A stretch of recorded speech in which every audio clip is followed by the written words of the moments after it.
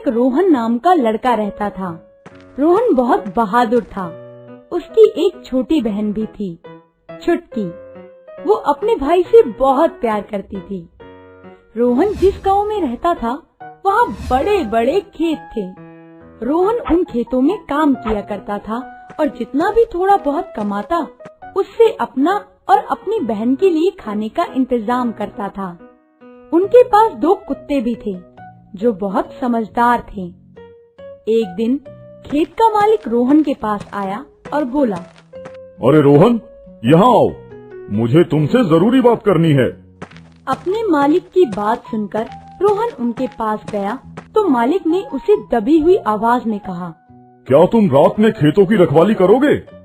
लेकिन खेतों की रखवाली तो हरिया और रामू करते हैं ना, वो दोनों कहाँ हैं? और सुना है कि खेतों में तो किसी भयानक शैतान का साया है जो लोगों को डराता है। अरे ये तुमसे किसने कह दिया? ये तो सिर्फ अफवाह है। अगर तुम रात में खेतों की रखवाली करोगे तो मैं तुम्हें इसके अच्छे पैसे दूंगा और तुम्हें दिन में खेतों में काम करने की भी जरूरत नहीं है। मालिक के ऐसा कहने पर रोहन रात के समय खेत की रखवाली के लिए मान गया और अपनी बहन को सारी बात बता दी। ये सुनकर छुटकी बोली, भैया, आपने रात के समय खेतों में रखवाली करने के लिए हामी क्यों भरी? आपको पता है ना, वहाँ रात के समय एक शैतान आता है। गांव के लोग तो उन खेतों के आसपास भी नहीं जाते और आपने वहाँ जाने के लिए हाँ कह दिया। रात में रखवाली करने के लिए वो मुझे ज्यादा पैसे दे रहा है। उन पैसों से हमारा बहुत काम बन जाएगा और मैं अकेला नहीं जाऊंगा। मेरे साथ हमारे दोनों कुत्ते टॉमी और शेरू भी चलेंगे। बस फिर क्या था, रात होने पर रोहन टॉमी और शेरू को लेकर चला गया और खेतों के बीचों बीच बने एक छोटे से कमरे में आ गया। वहाँ पर जाकर रोहन ने खाना खाया और अपने कुत्तों को भी खिलाया। उसके बाद रोहन को बाहर से कुछ अजीब सी आवाज आई। रोहन वो आवाज सुनकर पूरा कांप गया और हिम्मत जुटाकर बाहर आ गया। अरे यहाँ तो बहुत अंधेरा है, कुछ भी दिखाई नहीं दे रहा। अब क्या करूँ? हाँ, यहाँ एक टॉर्च तो होनी चाहिए। मैं अभी अंदर से टॉर्च लेकर आता हूँ। रोहन अंदर से जैसे ही टॉर्च लेकर बाहर आया, वो एकदम हैरान हो गया। उसके बहादुर कुत्ते टॉमी और शेरू भीगी बिल्ली की तरह चुपचाप एक कोने में जाकर बैठे हुए थे। ऐसा लग रहा था जैसे उन्होंने कुछ डरावना देख लिया हो। रोहन उनके पास गया और उनको प्यार से सहलाकर बोला, टॉमी, शेरू, क्या हो गया तुम दोनों को? क्या तुम उस डरावनी आवाज से तो नहीं डर गए? चलो बाहर जाकर देखते हैं कि ये आवाज कैसी है। देखो, डरो मत, मैं तुम्हारे साथ हूँ। रोहन की बात सुनकर वो दोनों रोहन के साथ बाहर चले गए। लेकिन रोहन ने जैसे ही टॉर्च जलाई, टॉर्च अचानक बंद हो गई, जिससे रोहन बेहद डर गया। वो खेत में इधर उधर घूम रहे थे कि अचानक उसे खुद से कुछ दूरी पर घने कोहरे में एक अजीब सी चीज दिखाई दी। उसे देखकर रोहन की हालत खराब हो गई। टॉमी और शेरू लगातार भौंक रहे थे। अचानक टॉमी वहाँ से भाग गया। अरे टॉमी, कहाँ भाग रहे हो तुम?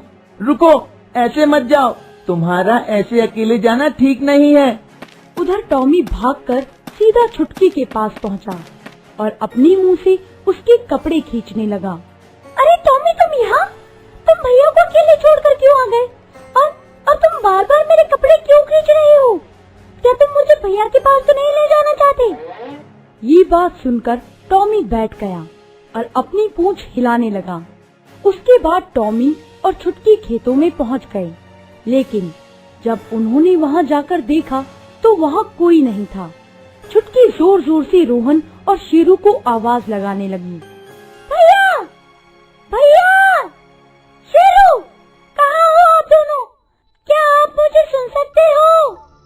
काफी देर तक ढूंढने के बाद भी जब शेरू और रोहन का कोई पता नहीं चला तो टॉमी और छुटकी उदास हो गए। उन्हें पता ही नहीं चला कि कब वो गुफा के पास आ गए। छुटकी थक हार कर वहीं बैठ गई। अचानक छुटकी ने कुछ देखा। अरे ये तो टॉर्च है। टॉमी, क्या तुम बता सकते हो क्या ये टॉर्च भैया के पास थी? टॉमी छुटकी के इर्द गिर्द घूमकर उसका संकेत देने लगा। अगर ये टॉर्च भैया के पास थी तो भैया भी यहीं कहीं होंगे, ढूंढो उन्हें जल्दी। अब छुटकी और टॉमी गुफा के अंदर चले गए। जब वो दोनों अंदर गए तो उन्हें रोहन और शेरू बेहोश मिले। छुटकी उन्हें उठाने लगी। भैया भैया उठो, आप यहाँ कैसे आए? उठो भैया। छुटकी के बार बार उठाने पर रोहन उठ गया और बोलने लगा। मैं यहाँ कैसे आया? मैं यहाँ क्या कर रहा हूँ? भैया यही तो मैं भी आपसे पूछना चाहती हूँ कि आप यहाँ कैसे आए? अरे वो शैतान कहाँ गया?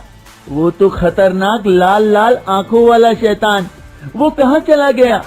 वो बिल्कुल मेरे सामने खड़ा था और वो ही मुझे यहाँ लेकर आया है। लेकिन छुटकी, तुम यहाँ कैसे आई? तुम्हें कैसे पता चला कि मैं किसी मुसीबत में हूँ? भैया मुझे यहाँ टॉमी लेकर आया है और गुफा के बाहर आपकी टॉर्च भी थी, जिसे देखकर मैं गुफा के अंदर आ गई। हमें टॉमी और शेरू को लेकर यहाँ से जल्दी निकलना होगा, कहीं वो शैतान वापस न आ जाए। रोहन और छुटकी उस गुफा से निकलने ही वाले थे कि अचानक वहाँ वो शैतान आ गया। तो आ गया तुम्हें होश? तुम लोग कहाँ भाग रहे थे और ये लड़की कौन है? छुटकी उस शैतान को देखकर घबरा गई। फिर टॉमी और शेरू उस पर लगातार भौंकने लगे। तभी शैतान बोला, अब मैं तुम दोनों में से किसी एक को खाऊंगा। बताओ बताओ, किसको पहले खाऊं? देखो हमने तुम्हारा क्या बिगाड़ा है? तुम हमें क्यों मारना चाहते हो? हम तो पहली बार तुमसे मिले हैं, छोड़ दो हमें प्लीज। तुम सब ने मिलकर मुझे मार डाला और अब पूछ रहे हो कि क्या बिगाड़ा है? लेकिन हम तो तुम्हें जानते भी नहीं हैं। तुम ऐसे कैसे कह सकते हो? हजारों साल पहले मैं यहाँ का शहंशाह था। मैं अपनी प्रजा का बहुत ध्यान रखता था। मेरे राज में सभी सुखी रहते थे। लेकिन एक दिन मेरे मंत्री के साथ मिलकर मेरी ही प्रजा ने मेरे साथ धोखा किया। मुझे धोखे से मार दिया और मेरी लाश को उन्हीं खेतों में दफना दिया। तब से मैं शैतान बन गया और अपने मंत्रियों और अपनी प्रजा को सबक सिखाया। और उसके बाद मैंने खुद अपनी सल्तनत को बर्बाद कर दिया, सबको मार दिया। अब जो कोई भी इन खेतों में आता है मैं उन्हें भी मार देता हूँ। तुम बहुत अच्छे शहंशाह थे और तुम्हारे साथ बहुत बुरा हुआ। हमें उसका दुख है, लेकिन हमने कभी किसी का भी बुरा नहीं किया। तुम हमें छोड़ दो, हम तुम्हारे लिए सब कुछ करने के लिए तैयार हैं। तो ठीक है, तुम मेरा मुकुट मुझे लाकर दे दो। मैं यहाँ से हमेशा के लिए चला जाऊंगा। मुकुट?